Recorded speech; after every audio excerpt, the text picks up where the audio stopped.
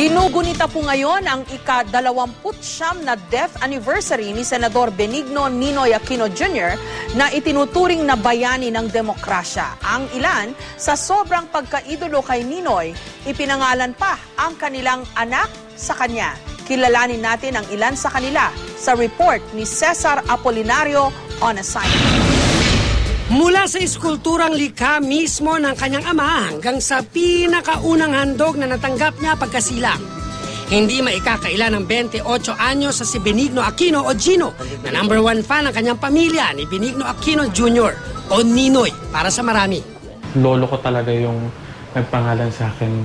Sobrang fan kasi talaga sila ni Ninoy. Siguro doon na rin yung feeling na parang sikat ka. Pressure din na dala-dala mo yung pangalan niya. At dahil sikat ang kanyang pangalan, aminado si Gino na minsan na niyang sinubukang gamitin ang impluensyang nakakabit dito.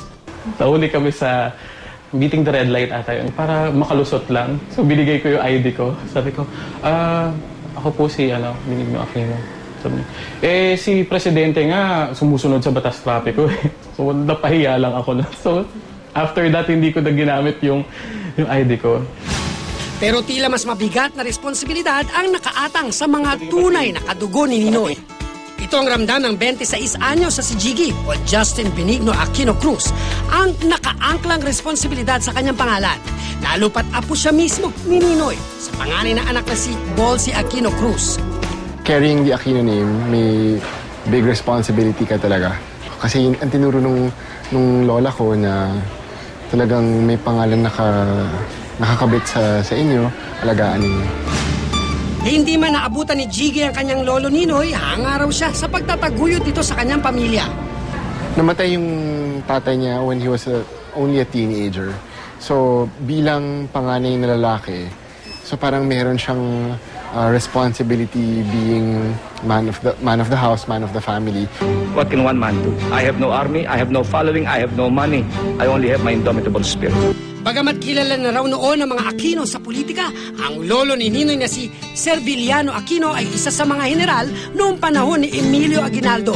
At ang kanyang ama naman na si Benigno Simeon Aquino Sr. ay nagsilbing vice-presidente ni Jose Laurel sa Japanese-sponsored government sa Pilipinas. Tila pinago raw ni Ninoy ang imahe ng mga Aquino. Kasi ang kanyang ama ay naakusahan na isang kolaborador. Kasi sapagkat naging vice-president siya ni President Laurel. So, alam naman natin na noong mga panahon iyon, post-war era, masyadong pangit ang naging imahe ng mga nakipagsabuatan. Sa murang edad kasi, gumawa na si Ninoy ng sarili niyang pangalan. Siya ang pinakabatang nahalal na mayor sa edad na 22. Siyang tinuturing na pinakabatang vice-gobernador, gobernador, mayor, at pinakabatang senador sa edad na 34 na taon.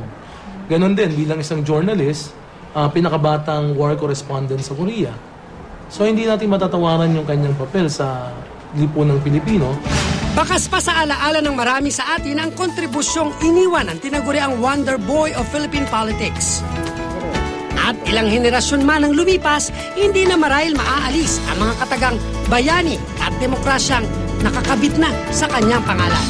Cesar Apolinario, GMA News.